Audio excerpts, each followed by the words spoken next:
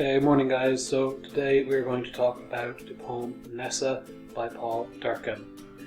So the poem Nessa is published in 1975 and it recalls Durcan's relationship with his wife Nessa O'Neill and when they first met. So before we get into the poem, I'm just taking one line out of the poem from line 17. She was a whirlpool, she was a whirlpool. Now before we read the poem, I want you to think about this image, because this image of a whirlpool comes up over and over again. And what might you think this image could be symbolising about Nessa, about Durcan's wife, if he keeps referring to her as a whirlpool? Alright, so I'll come back to that in a second. So the objective today is just to read and understand the poem. We want to analyse his use of language, as we do with all of these videos. And just to go back to that idea of a whirlpool, now most people would connect the idea of a whirlpool maybe with danger. Okay, whirlpools out at sea can be quite dangerous, especially in mythological times in history. They were known as being something quite dangerous for ships. We could also look at it as being something quite exciting, right? Or we could look at the shape of it there as being something that kind of takes in everything, that devours things within it. Right? So a few different ideas we might get just from that single image of the whirlpool about Durcan's wife Nessa and about the start of their relationship. It just gets us, our minds going to start off with. Alright, so if we look at the poem, we'll go through the poem first. So Nessa. I met her on the 1st of August in the Shangri-La Hotel. She took me by the index finger and dropped me in her well. And that was a whirlpool, that was a whirlpool, and I very nearly drowned. Take off your pants, she said to me, and I very nearly didn't. Would you care to swim, she said to me, and I hopped into the Irish Sea. And that was a whirlpool, that was a whirlpool, and I very nearly drowned. On the way back I fell in the field, and she fell down beside me. I'd have lain in the grass with her all my life, with Nessa. She was a whirlpool, she was a whirlpool, and I very nearly drowned. Oh Nessa my dear, will you stay with me on the rocks? Will you come for me into the Irish Sea, and for me let your red hair down? And then we will ride into Dublin City, in a taxi cab wrapped up in dust. Oh, you are a whirlpool, you are a whirlpool, and I am very nearly drowned. Alright, so first impressions. What we want to think about is, based on your first reading, what do you think about Durcan's relationship with Nessa? Do they have a good relationship? What is your opinion of the relationship that is being portrayed here? What impression do you get of Nessa? What kind of person does she seem to be? And what images stand out to you the most from this poem? Okay, so which images in the descriptions are standing out the most? Alright, so I'm going to suggest just pause the video in a second, alright, and look back and read through that poem again 2 or 3 times. We really want to have a good personal understanding and familiarity with the poem before we go into our deeper analysis. Alright, so I suggest just pause now. Okay, so continuing on, we're going to look at we'll go back to first impression. So based on your first reading, what do you think of Durcan's relationship with Nessa? Well, we might think of the words exciting, we might think of controlling, okay, so excitement in that it's a whirlpool, everything's moving, everything's very dynamic, everything keeps going, he's out of control, he's nearly drowned. He's not quite drowned, but he's nearly drowned. Okay, and we keep coming back to that refrain throughout the entirety of the poem. Okay, so we can't ignore, there's something very important in that line, that I was very nearly drowned. Okay, we might think of her controlling. She took me by the index finger, her instructions in the second stanza of take off your pants. Right, and then we could look at the contrast between Durcan and Nessa. There's a lot of difference between the two of them. What impression do you get of Nessa? I'd probably say someone who's quite active and exciting, someone that's quite exotic and alluring to Durcan. What images stand out to you? You're definitely going to have picked up the image of the whirlpool we talked about already. It's definitely the strongest image in the poem. However, you might also look at the idea of drowning. Okay? We might look at the idea of the rocks in the final stanza. A few things going on there in terms of symbolism and the imagery in that final stanza. Okay, so we go on to the first 2 stanzas of the poem. I met her on the 1st of August in the Shangri-La Hotel. She took me by the index finger and dropped me in her well. And that was a whirlpool, that was a whirlpool, and I very nearly drowned. Take off your pants, she said to me, and I very nearly didn't. "Would you care to swim?" she said to me, and I hopped into the Irish Sea. And that was a whirlpool. That was a whirlpool. And I very nearly drowned. So, what does Nessa do in these stanzas? What does this make us think about her? Okay, so look at the actions Nessa is taking. Why do you think Durcan keeps talking about whirlpools? And what does he mean by saying, "I was very nearly drowned"?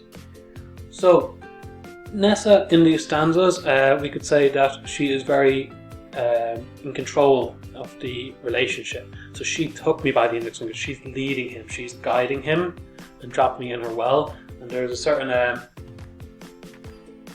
euphemism going on there with "she dropped me in her well," but again it shows that she is the one in control. It shows her sexual freedom and her sexual prowess, in that she is, instructing him into what she wants him to do. "Take off your pants," she said to me. Again, we're going back to the sexual imagery. She is very much in control here. She is someone who is willing to guide Durcan, who seems quite naive and timid as a character in the poem. And then however though, in the third line of the second stanza, "Would you care to swim?" At the start, coming off very instructive. Now she's asking the question. She seems to have a gentler, kind side as well. So Nessa is being established as a very, very exotic, a very alluring, a very intriguing character here. Someone who's both controlling but also cares about Durcan. Why do you think he keeps talking about whirlpools? In the first two stanzas, we're going to probably come up with the idea that this is about his excitement and the joy of the moment that he's in, and being overcome by the moment of meeting her and the emotions and the excitement of this whole relationship. And what do you think he means by "I was very nearly drowned"? So this seems to be like he is taking out of his comfort zone, and he is being forced to do things that maybe he wouldn't ordinarily do, for better or for worse. It seems to be for better here, that he is, pushed to the limits of where he's gone in life, and that's making his life more exciting. However, that idea of "I was very nearly drowned," it keeps coming up throughout their relationship. So the meaning of it could change. At the beginning, it seems like it's to do with his excitement, and he is being forced into out of his comfort zone. As a moment, it seems quite positive. That he wasn't able to. He was trying to keep up, trying to keep his life interesting, keep going with her. Alright, so I know this looks like a lot, but we'll go through bit by bit. There's a lot of notes within this poem. So, if you look at the first line, the 1st of August is the festival of Lunasa in Irish tradition, and this is often considered connected with the idea of matchmaking and also with visiting holy wells. So there's a number of things going on here in this first stanza, a number of different connections going on. So there is a matchmaking with Lunasa, right? And he is drawing back on our Irish tradition. There's a sense of mysticism as well as sexual imagery coming across then as he goes down to the index finger and dropped in the well. Nessa is said to be very confident then, in control at the beginning of the relationship. So she is the one who took him by the index finger. She's the one who instructed him to take off his pants. She is very much the one who is going to lead this relationship. And while he is timid and maybe not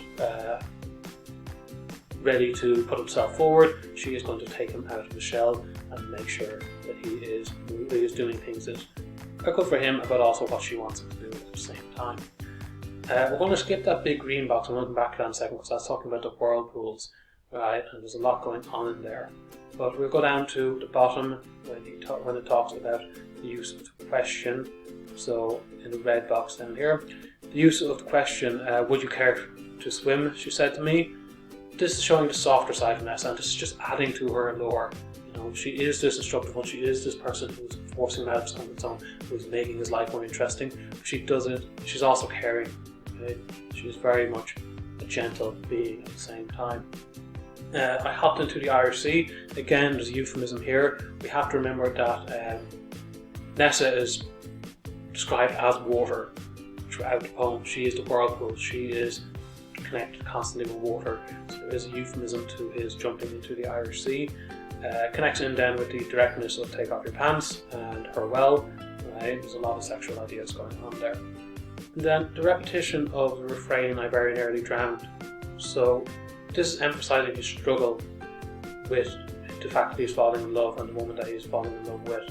he sees himself as very much lesser than her, so she is strong and in control, and he follows her and tries to exist in the world, but really he can't really keep up with her.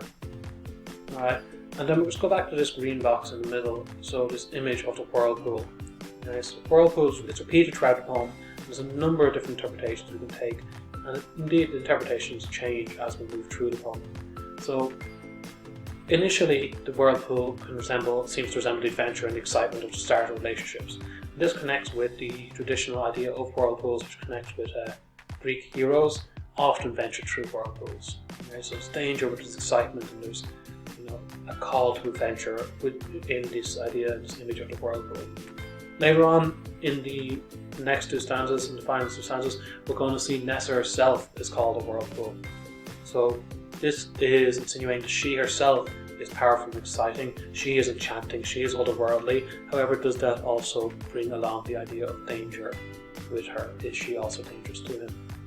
Finally, Durcan is very self-deprecating in this poem, along with most of his other poems, a lot of his other poems, and he connects himself with the earth. So he is the less exciting side. Nessa is the other world. Okay.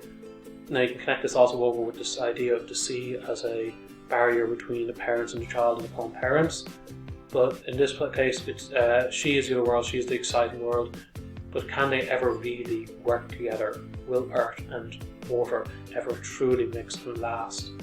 So even though he is married to Nessa and very much in love with her at the time, we can definitely read into these lines maybe a bit of doubt in his consciousness, in his subconscious, or somewhere in his mind, that about their relationship, about their compatibility. So he is less exciting than her, but also they're just from vastly different worlds, and his world seems more mundane, her world seems more exciting. We'll keep going then, so the next two stanzas. On the way back I fell in the field, and she fell down beside me. I'd have lain in the grass with her all my life, with Nessa. She was a whirlpool, and I very nearly drowned. Oh Nessa my dear, will you stay with me on the rocks?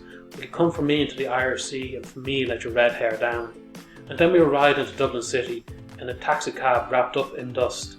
You are a whirlpool, and I am very nearly drowned.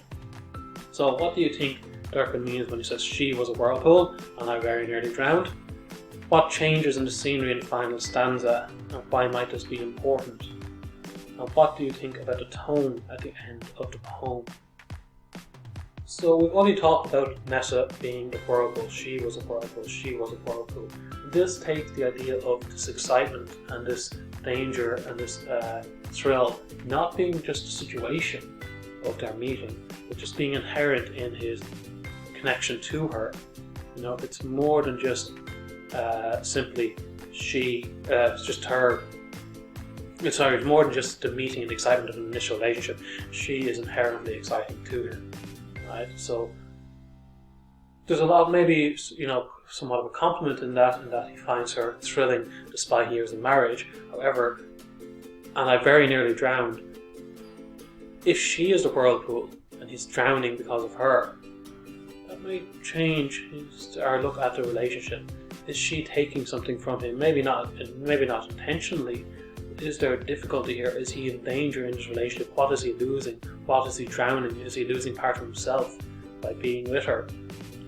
The scenery then in the final stanza, we look at how they have left, and even in the second last stanza, they're now leaving the sea, they're leaving the water. Okay, and she is initially lying down beside him in the grass, and they seem contented, but it's a very short kind of scene there.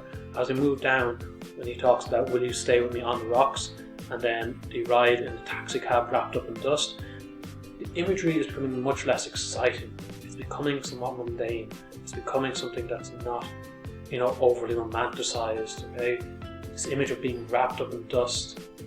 Maybe the relationship is going stale.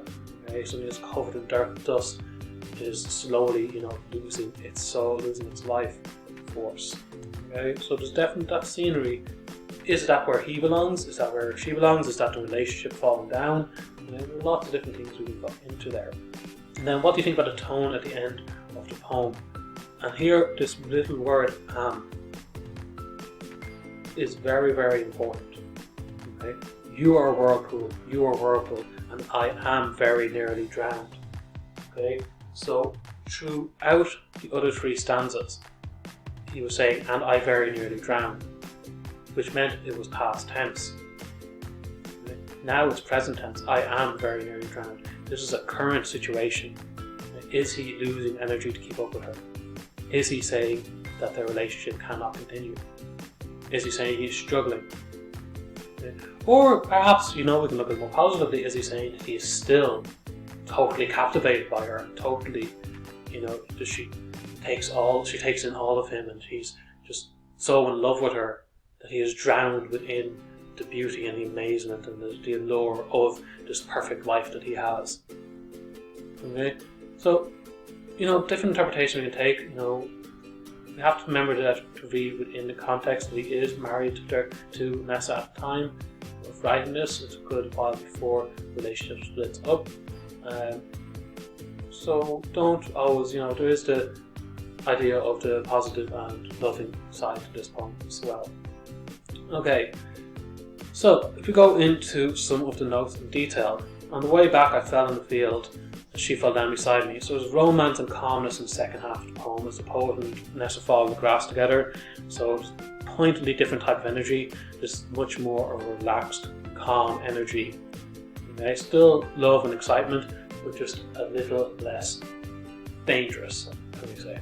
The use of the conditional then in I'd have lain in the grass with her all my life, so I'd have, suggests that he would have stayed. He believes that she might have, but he believes that she might not have stayed. He would have stayed. I'd have lain, but maybe she might not have, because remember, she is a whirlpool. She was a whirlpool, so she cannot be tied down. So perhaps he is not getting everything he wants in a relationship, but that's just the nature of who Nessa is. With Nessa, that line really stands out structurally in how short it is. Okay? Something very, very, we can't ignore the fact that it's a two-word line. Okay? And that could be a hint of something being lost. With Nessa, silence. Is that the loss? Is that what he feels he's missing in his relationship? Okay? But he knows, he appreciates that she can't stay with him. It's not who she is. In the final stanza, the poet is now offering the invitation to Nessa, will you stay with me on the rocks? However, compared to her earlier invitation, she's asking him to jump into the sea. He's asking her to stay on the rocks. He is the one that's safe and somewhat boring. She is the excitement. She is the one pushing the limits. Okay? So he seems dull. This is back to his self-deprecating ideas that he doesn't see himself as being good enough for Nessa. Okay? And perhaps that's why there's issues with the relationship, because he's not good enough. Are they having troubles and he's blaming himself for not being good enough for her? The imagery of the rocks could also link into this idea of being a turbulent relationship. Okay? If a relationship's on the rocks, it's not it implies that something is possibly going wrong. The rocks, however, can also be read in the context of the whirlpool. Perhaps her energy and his struggle to keep up have left them metaphorically shipwrecked. Are they stuck somewhere? Are they lost? So a lot of stuff going on with those rocks and that imagery. This is the changing scenery, that he is the earth and she is the sea, that we have to be able to comment on. The image of the taxicab wrapped up in dust is another example of how he fails to live up to our whirlpool. Again, it's blinking back to his being self-deprecating. Dust particularly shows how boring his life on land is compared to her life at sea. And finally, the poem ends with an anti-climax. After the energy of the opening stanzas, it's full of energy, so much going on. She's taking control. She's the whirlpool everywhere. We might expect this to be a big bang of an ending, but it seems more resigned. I'm very nearly drowned. I can't offer you any more. It's back to the self-deprecating, back to this idea of he is just not good enough for her. Okay, so definitely, it ends on a low, calm mood. Okay, and we can see, and we're going to comment on this again in a second, the final stanza is 8 lines long.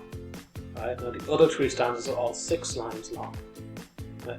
This is important because there is, although it is conversational English, there is somewhat of a lyricism and musicality to this poem, and the 6-line stanzas gives us a certain rhythm when we're reading. The final stanza, by making it 8 lines, he slows our rhythm. Okay, we slow down in our reading, and that's leading us into the slowing down of the relationships, perhaps. Okay, so a lot going on there. A huge amount going on in this poem. Probably one of the most important poems by Durcan that pretty much everyone who studies Durcan is going to study. Themes we're looking at: this is romantic love and the journey of a romance from the excitement and the energy at the start into the contentment, that's in the 3rd stanza when they're lying on the grass, and then possibly into banality, okay, and boredom, and that is all central to the relationship, of it being a central part of the relationship. Imagery, of course, we have the whirlpool. You cannot, if you talk about this poem and not mention whirlpools, you're definitely missing something. There's a lot of sexual imagery going on throughout the poem as well, and there's images of the land and sea and the contrast between them as representative symbolism of the 2 different characters, Durcan and Nessa. The language, as with most Durcan's work, is colloquial and conversational. He is self-deprecating, highlighting his extreme love for Nessa. She is so much superior to him. The repetition is used numerous times throughout the poem, so the repetition of the whirlpool, repetition of the I'm very nearly drowned, and the directness of Nessa's language we can see a stark contrast to Durcan's character in the poem. Okay, so the way she speaks even shows how different the 2 of them are. So even though it was during the relationship, it may give us some insight into how they broke up and their lack of compatibility, perhaps, that he may be starting to realise. In terms of form, this is an anecdotal poem. Okay, this is much like most of Durcan's other work. Again, it tells us stories. Right, it's not abstractly, he grounds things in stories from his life. It's euphemistic, but it avoids explicit or offensive language. As I've already mentioned, there's the first 3 stanzas are 6 lines each. The final stanza is 8 lines, and this slows down the rhythm and gives us time to be reflective of reflect on slowing down of their relationship.